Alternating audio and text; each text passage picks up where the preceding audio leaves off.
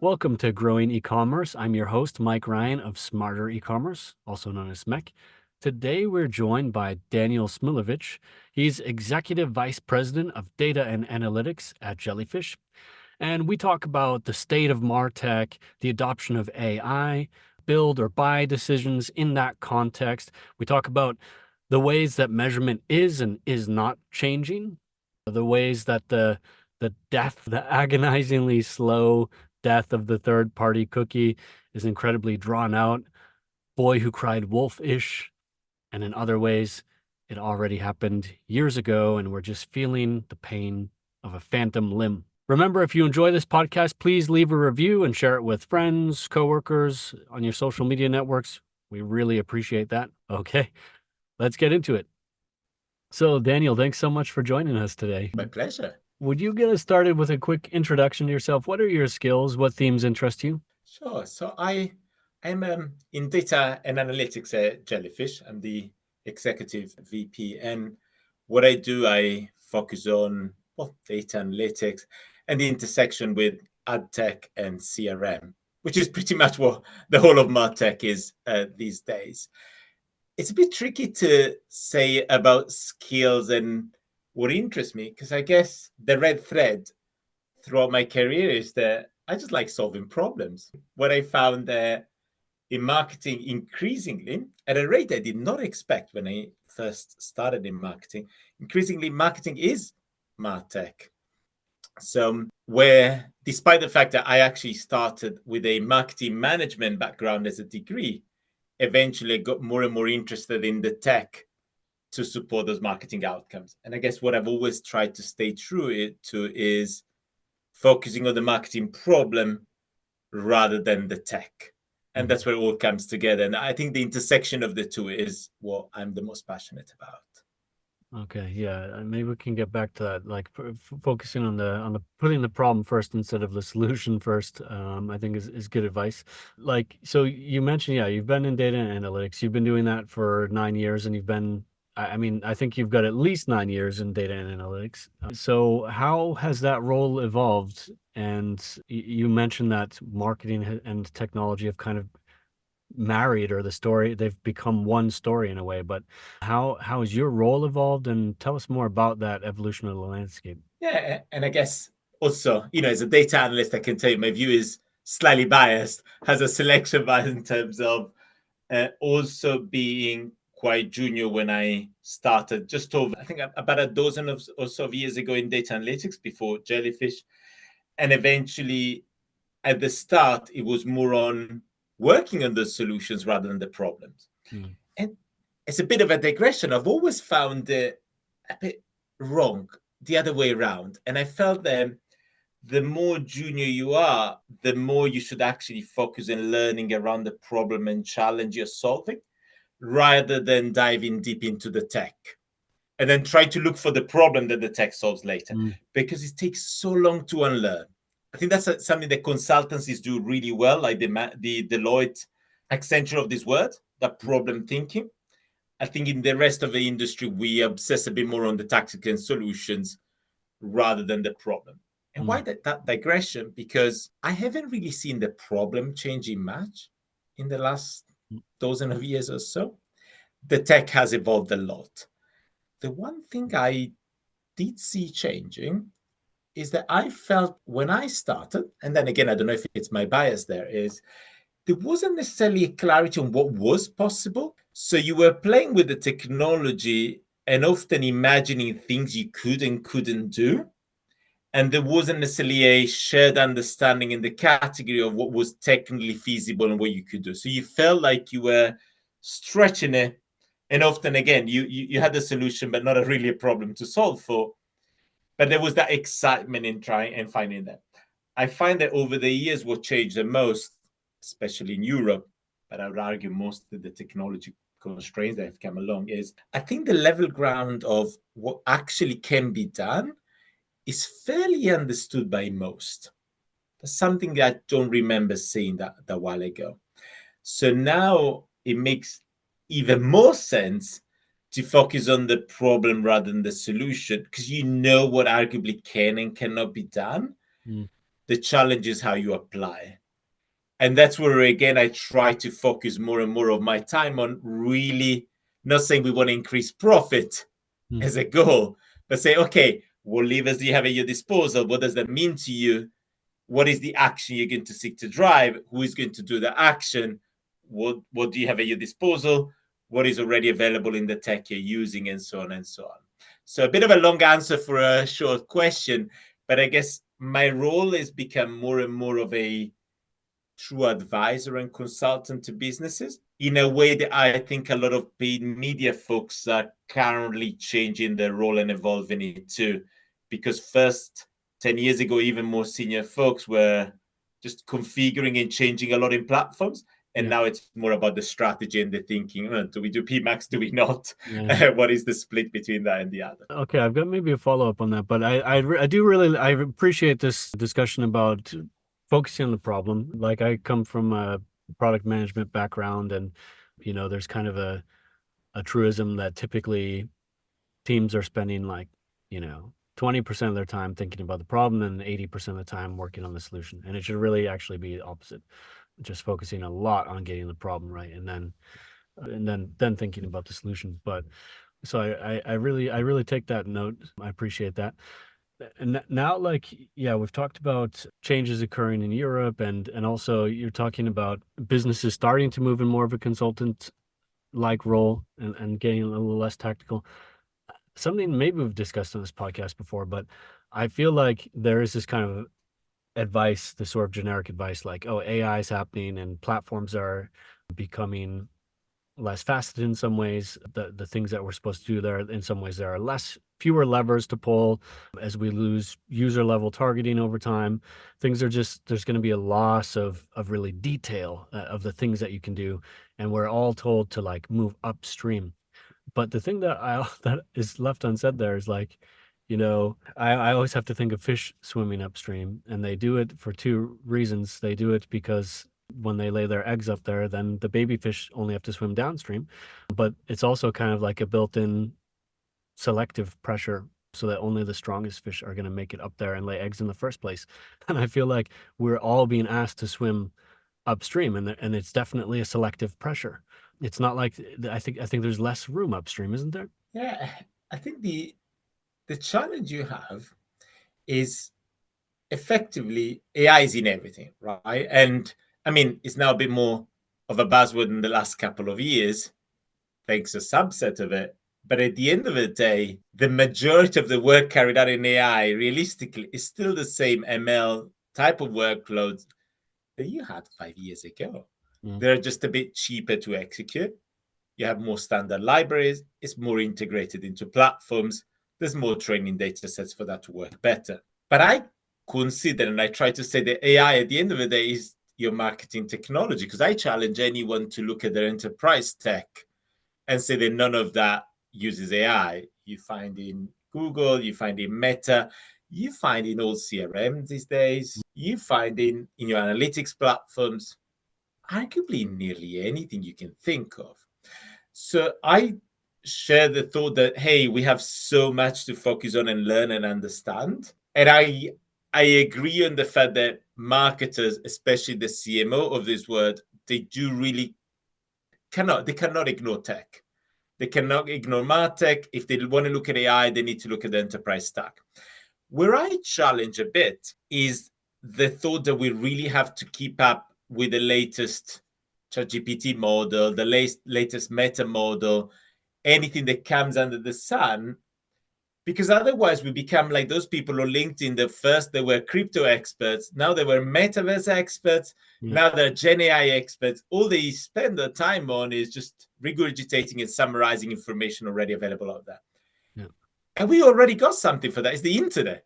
You're never going to beat the internet at regurgitating information and summarizing. Where they need to understand is how the levers at their disposal are actually functioning, whether it's done by AI or not. It doesn't really matter. So my argument to them is understanding any moment in time, having a really good view of the business problem. That's what they should focus on, and make sure there is a constant research on the tech that better serves the problem. Then whether it's done by AI or not doesn't really matter. But the challenge should be, is my customer support bad? Spoiler alert, often is. It is. Is my product information complete enough? Most likely isn't. Do I have a good differentiating experience online in my retail website? Most likely no, because they all look kind of the same. Yeah. So again, those are kind of the worries they should focus about. And then AI is just a lever at the disposal, which is usually embedded in one of the other levers they always had and they still have. Yeah, I appreciate that. I think it's all around. Yeah, as you said, CRM everywhere. I mean, Salesforce has great AI. We've been surrounding this for a long time, and also like I have to. There's so much scarification that goes on with AI. Like you mentioned, the formerly crypto, then metaverse, then AI hype train people, and they'll be out there hitting you with messages like, if you're not aware of these tiny new changes, then you're falling behind. And like everyone else is doing it. And, you look around and you're like, actually, no, I don't think that's probably true. But like, I have a couple follow-on questions here. Maybe how can we distinguish that between something like this is just going to be a fad, or this is a more fundamental change that actually deserves my attention? That's a hard question, but actually has a simple answer. And I would say it's not just about fad or fundamentals, but it should be applied to anything you do. I've been in now MarTech for a dozen of years or so, and I think I can count maybe on one hand the amount of business cases I've seen justifying the deployment of a new tech or an important project, meaning a quantification, a solid quantification of the business benefit that any solution would have. And I think we have a bit of an obsession, as an example, in our industry with targeting, and always focusing on the better and more advanced workflows, the classic right message, right person, right time. But with the idea that we're going to be able to serve some content, whether it's on our own or paid media channels, and expect a fantastic uptake.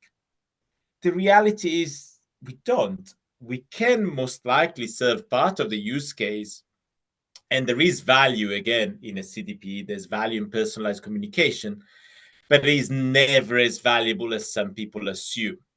If you go through that exercise of quantifying and sharing your assumption with the rest of the business on why that value is going to be high enough versus the cost of researching, implementing, configuring it, maintaining it, enhancing, transition into a new platform, then you will find that actually maybe about 20% of the solutions that go out there are even valuable, or will even get you to break even. And I say the same approach for me is to any fad. When I look back at the metaverse, I go back to maybe at some point 5, 10, 20, 30 years. But let's look at now or the next 1 to 2 years. I could never see any data. I know it's always easy to say in hindsight, but I could never see any data to justify and say, this is now a channel where I have millions of people in my markets that I can engage with, that they want to be engaged with, that they have also the money to spend on. Because I'm looking at Roblox, it's probably not my target for Gucci or D&G clothes and so on. So again, it is about doing those calculations, and then you get a sense of whether it makes sense or not. So when I look at AI now, I go back and say, I see an opportunity, for instance, in the world of e-commerce on having personalized virtual agents, but rather than the classic search functionality. But there has to be a solid case around, okay, what are we trying to do? Is it about serving a part of our stock or inventory that otherwise never gets seen, for which maybe we have growth and less margin because maybe we play on the price elasticity to give them greater discounts, but because we need to get those products out of the door, we need to free up some of the warehouses. So I see as opportunity for additional channels, but there have to be solid cases behind it. And in most cases, it will not be about building it, but it will be about buying a solution. Yeah.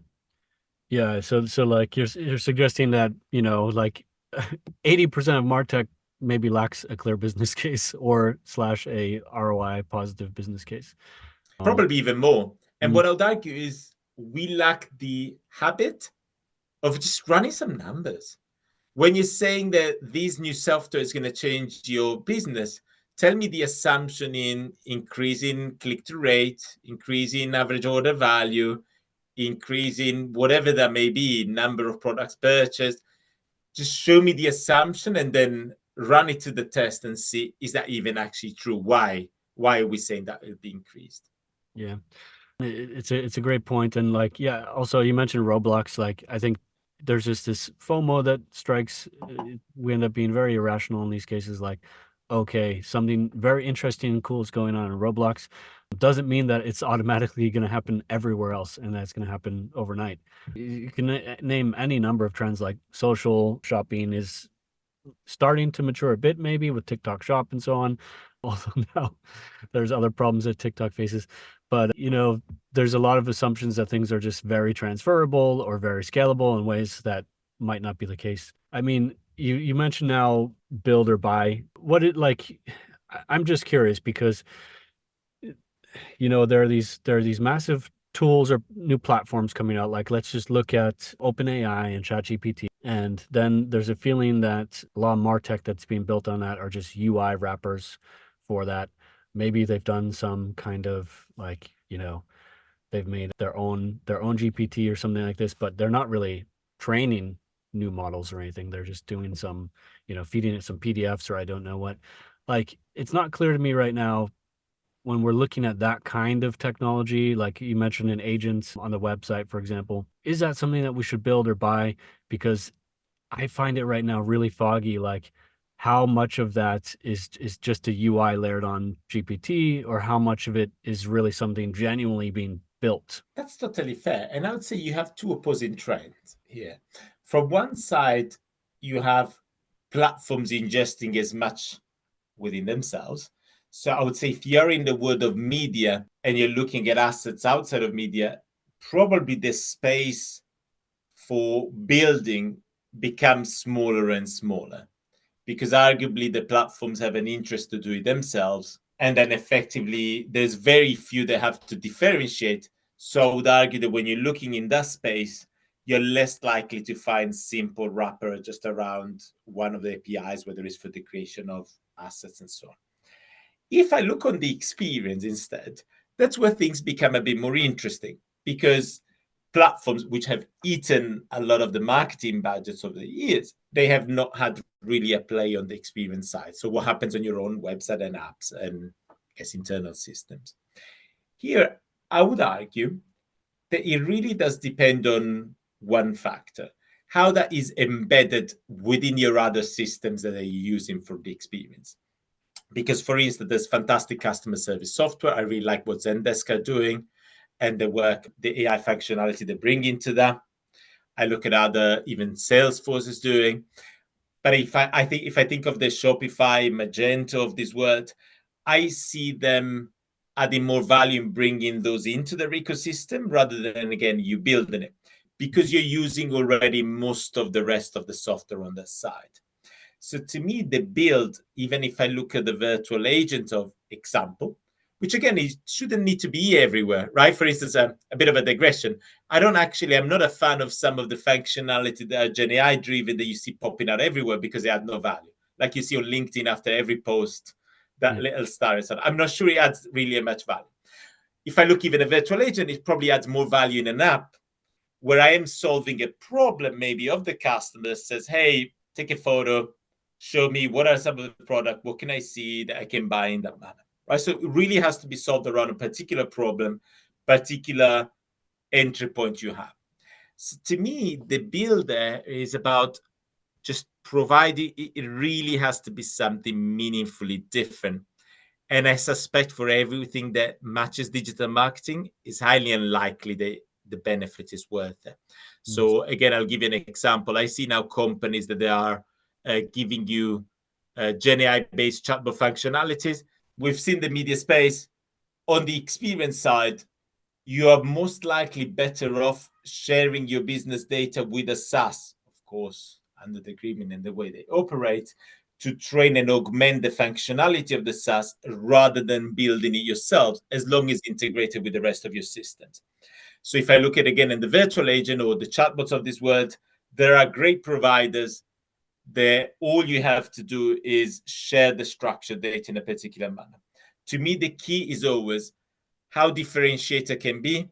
Is there really incremental value that we can provide when we build it that the tool cannot? What is the landscape? Because if there's more than one service that can provide that, the price will probably over time come down, or at least not get to a point where it is unaffordable for you.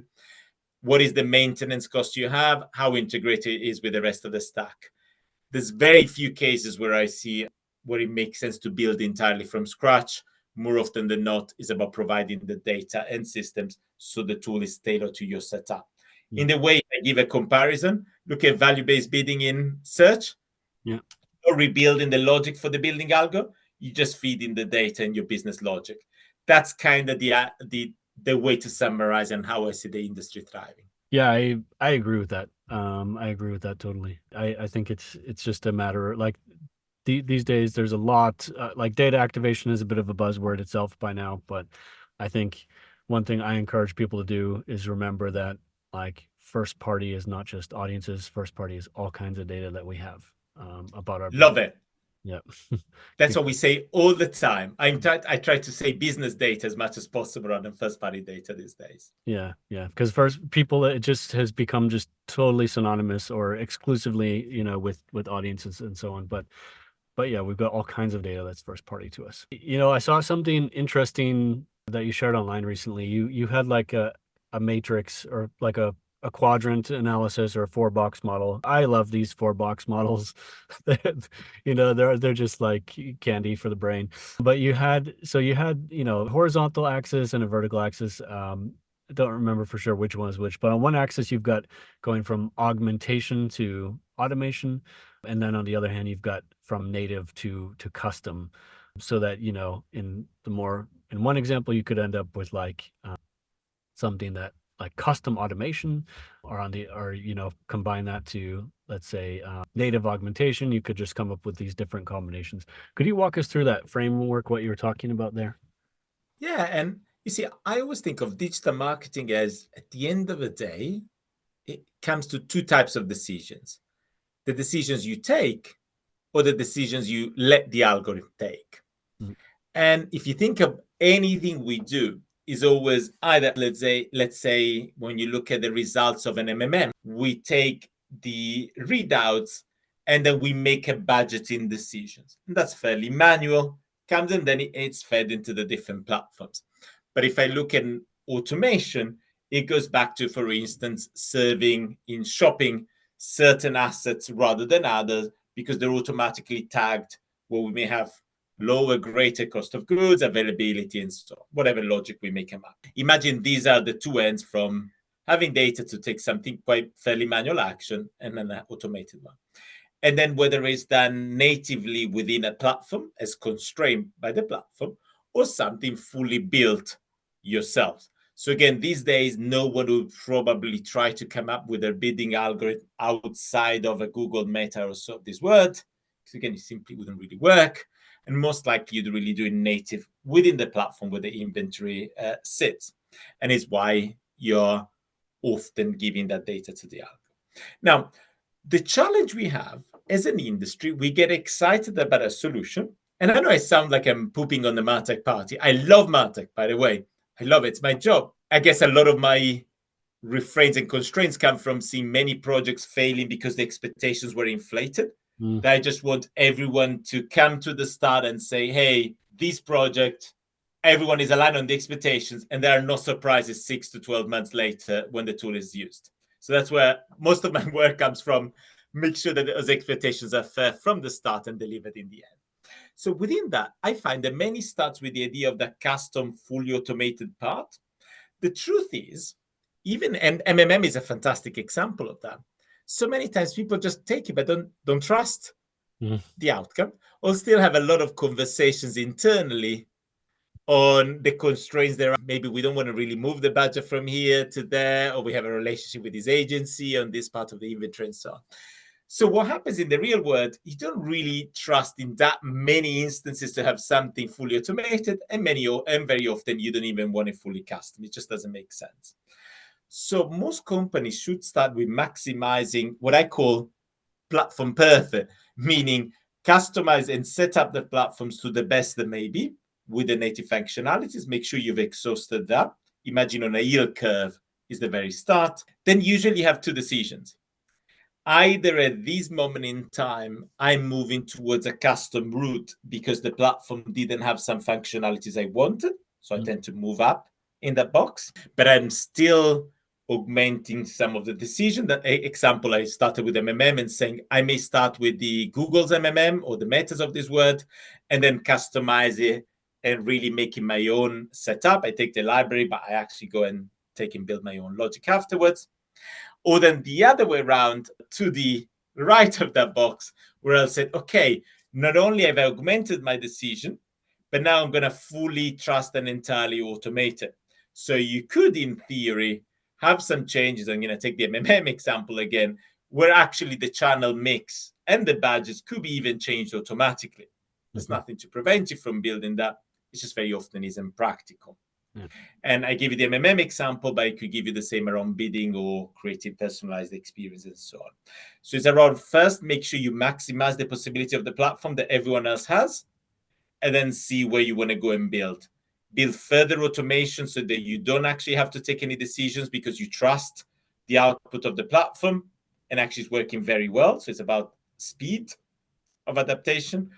Or maybe the challenge is there are some features you didn't get, and that's where you go and build them on top. Yeah, I like that. I like that framework. Thanks for sharing it with us. And yeah, I mean, also I'm laughing to myself about this thing about trusting MMM because people are gonna have to get a little more comfortable with that in the next couple of years, I guess. Let's get into some of the topics underlying like why MMM is rising in importance. Just since you mentioned it, I mean, you recently talked about how legal and IT are becoming huge stakeholders in AI, but I guess at this point they've been big stakeholders for a while now in the whole rollout of GDPR and everything that has followed since. So, like when you talk about marketing teams collaborating with legal, with IT in terms of AI, do you see this as a change in direction or just kind of an acceleration, a change in degree of what's already been occurring? I'd say the latter, but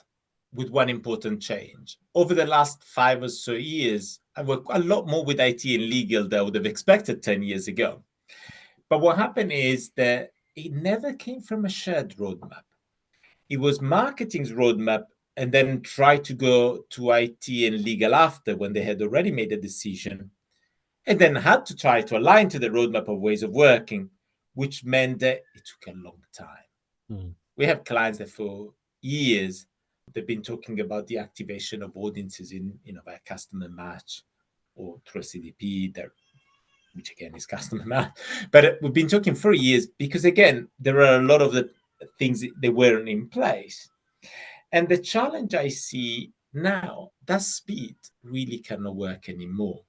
Now, if I look again at the industry, I see a really high penetration rate of your enterprise tech, right? So everyone has it. The reason you don't really go anymore into a client and see that they don't have a CRM with CDP-like functionalities or a CDP.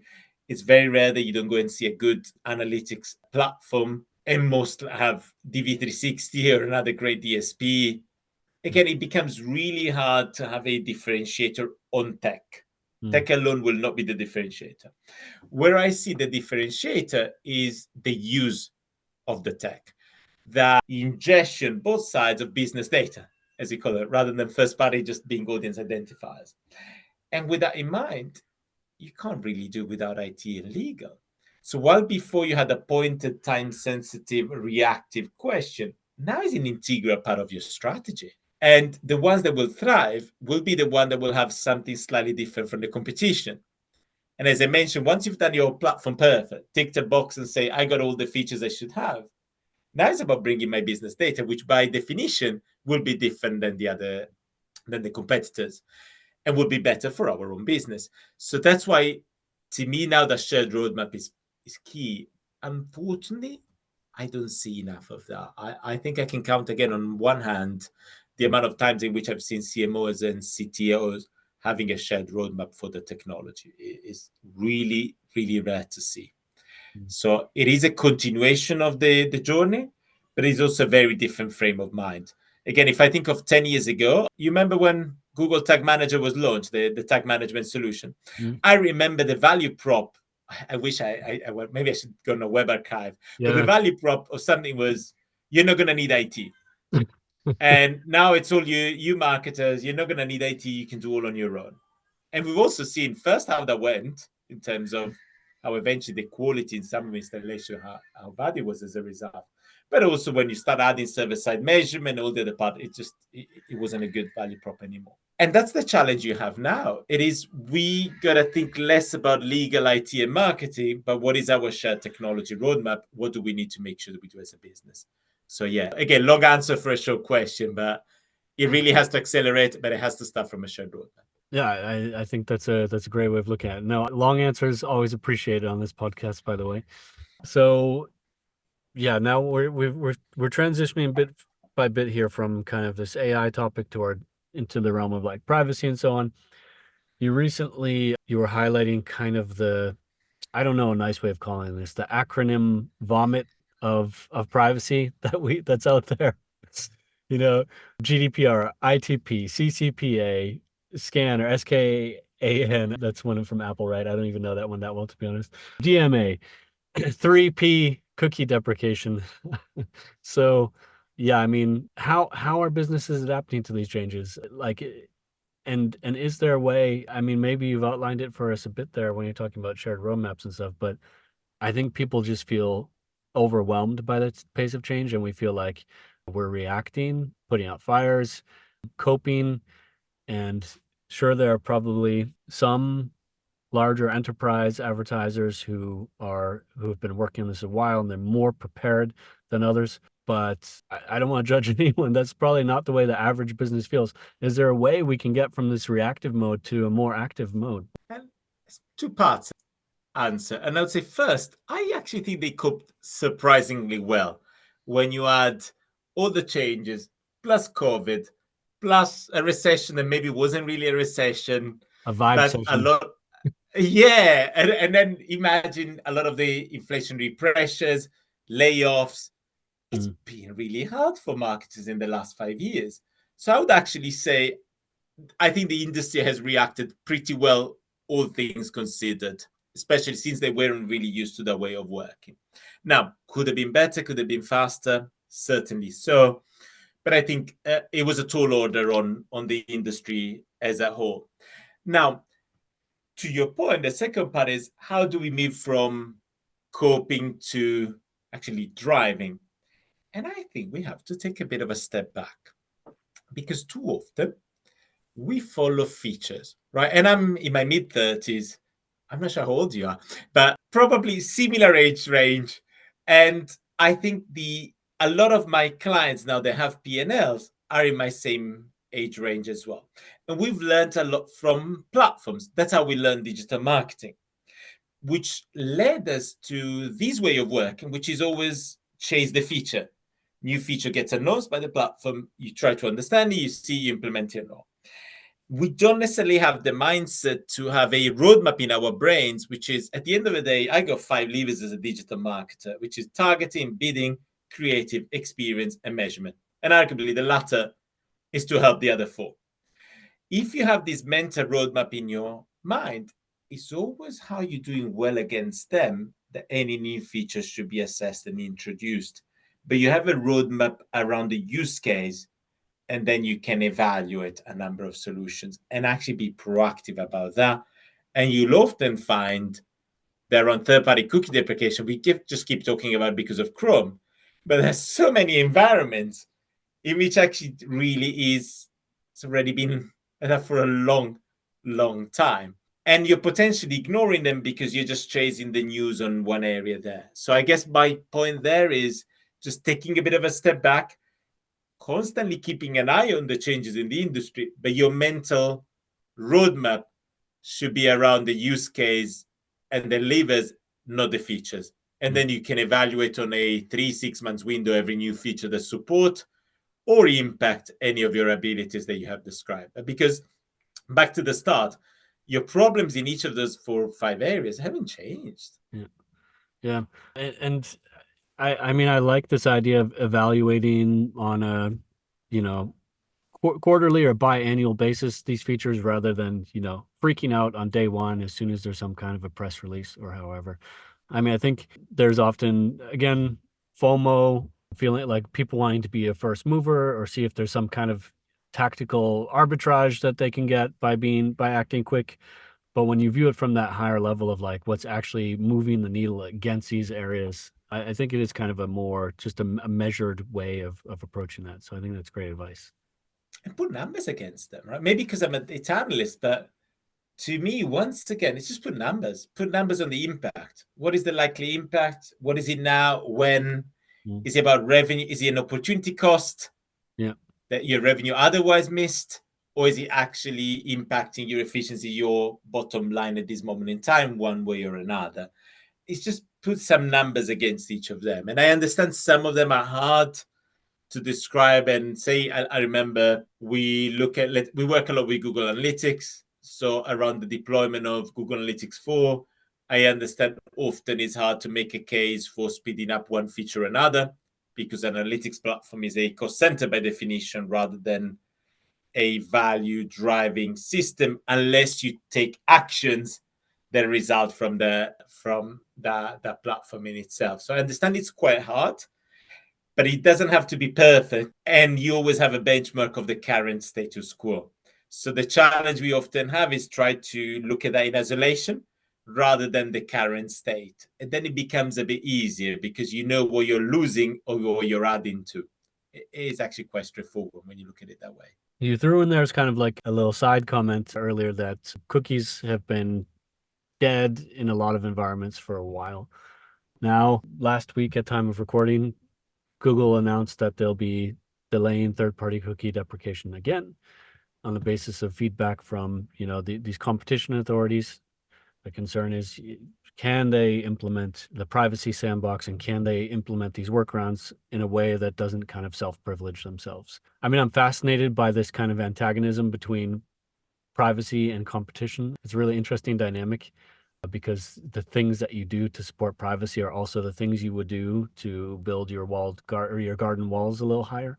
So it's an interesting little dilemma there. But I mean, yeah, what's going on here from your perspective? How anticipated was this, and how, like, explain it to a CMO or explain it to even a CEO who's not into the weeds as much. I guess two sides. One, I'm gonna raise my hand and say I did not expect a delay anymore, but Okay. I was a bit smelling in the air in the last month or two because, as you know, we're already in Q2, and when you talk about Q3, Q4, and you don't have really clear deadline, we all know, and you've been a product manager, so you know that when you get closer to the date and it's still a generic date, it smells of delay.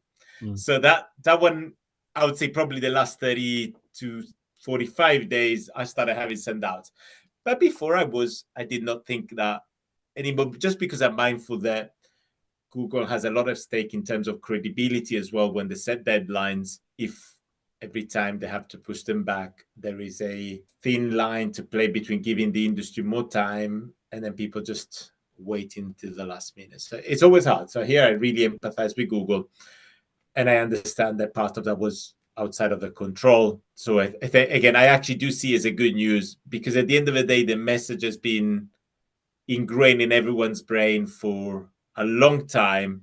I don't actually think anyone would pause or revert anymore at this stage because whatever they had in motion was already going to happen. So I don't actually see that having any meaningful negative impact on what the industry is doing. But I think I welcome it and give everyone a bit more time. Now, I haven't actually seen the C-suite caring that much anymore about it, especially the delay, because I think we've been ingrained in it for so long that it's become pretty much something that you've seen in every QBR deck for probably 2-3 years. It's a bit boring. The challenge I see is that one thing is saying they would want the business to adopt these new mechanism tools, One thing is really being ingrained in the business. So I think that's really the challenge. I think we will continue for probably another 6 to 9 months, and effectively only when everything is switched off. Because once again, I go back to the point, there's never really a question about what outside of Chrome, but that challenge has been there for a long, long time on Safari. And if you look at for some business, Chrome is not even their main traffic driver.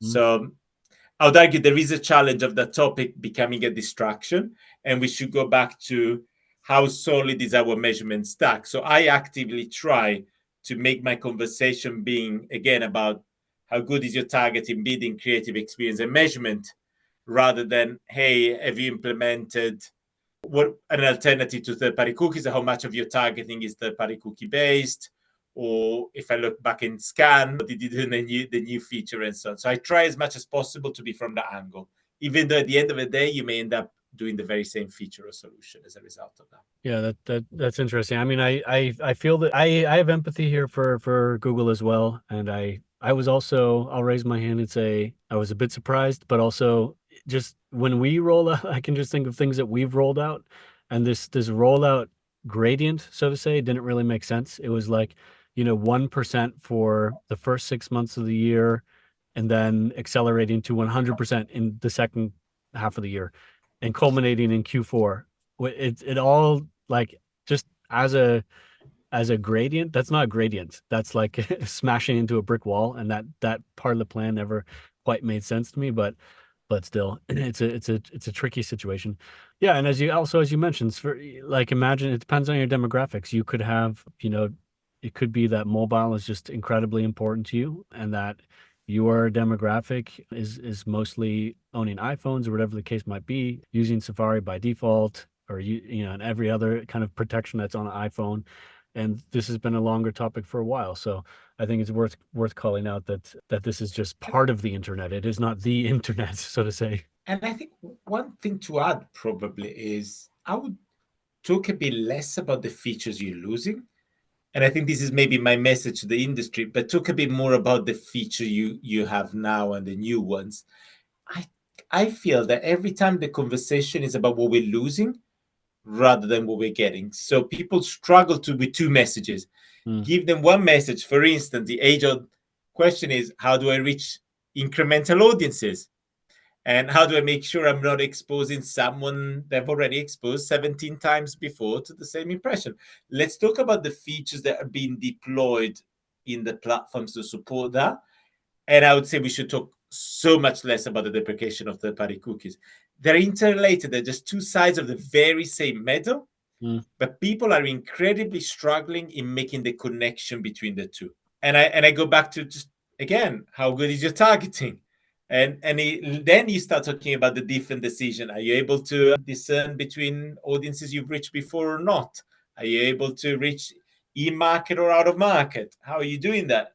Again, those should be the questions, and then the features against that. And I think it's taking us too long as an industry to talk about that. Yeah, I think, well, actually, so there was a article. Do you know Eric Seufert, if I'm saying his name right? I don't know how he pronounces it. I don't know. He's got some really good articles, and he was describing the broken brain of marketers. And I think that we do have kind of a broken brain from these short-term measurement loops that we've been in. And because it's actually, you could think of it as like a dopamine loop, if we're making a metaphor here, or like, it's sort of a cycle of addiction that we've gotten into for years. We've gotten a little addicted to this user level measurements, and we've, the question is, how far did it really bring us compared to, like, if we're switching to an econometric model? It'll be very interesting to see how companies kind of detox themselves from this and get used to different ways of thinking about these. And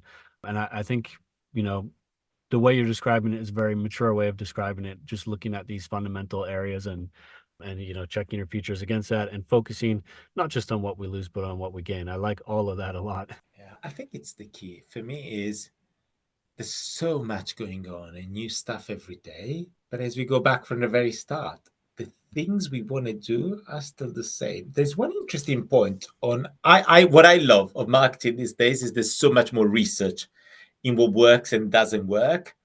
that I'm pretty sure not only I didn't see 3 years ago, maybe, you may be in your bubble and not seeing it, look for it, but I'm actually genuinely a believer that the last 3 to 5 years are generally the golden age of marketing effectiveness. And you see so many studies, and we find that often we over-index in areas we think we have control of advertiser, like targeting, and we potentially forgot about everything else that matters within the marketing spectrum. And that's why I go back to that illusion of control made everyone so comfortable. And I think it was an illusion. We just have to realize that it never was, never will. I actually hate the expression right message, right person, right time. I just can't stand it. It never was. Even with all the information you could have, it never was perfect and never will. So to me, is the point around really thinking, looking at the research, which is a bit of a relief. I'm a new parent, and when you see those studies that say, what, at the end of the day, whatever you do, you can't screw up or make them the best in the world. At the end of the day, there's so many other factors outside of your control. So take it with a bit of a relief. I think there's like this weather system around us, and we are, focused on sometimes tiny little things in that weather system. But that's the best analogy. I may use again about the weather system. Yes. That's a great analogy to say how little we have control of. And I think that's the key to do more. So, well, I mean, we're sadly at our time box, Daniel. So I'll have to let you go. But any final words, or where can we find you online too? I'm pretty active on LinkedIn. I don't know, final words seems a bit, can I say cocky on the phone from my side? So yeah, no real final words. It's been a generally good conversation. On LinkedIn, I try to post my ramblings. So if anyone is interested, they can find me there. No, they're not ramblings. They're very well-structured, interesting ideas. I love reading your stuff. That's why I wanted to bring you on the show. So thanks for everything that you do, and thanks for joining the show. Thank you, Mike. Have a lovely day.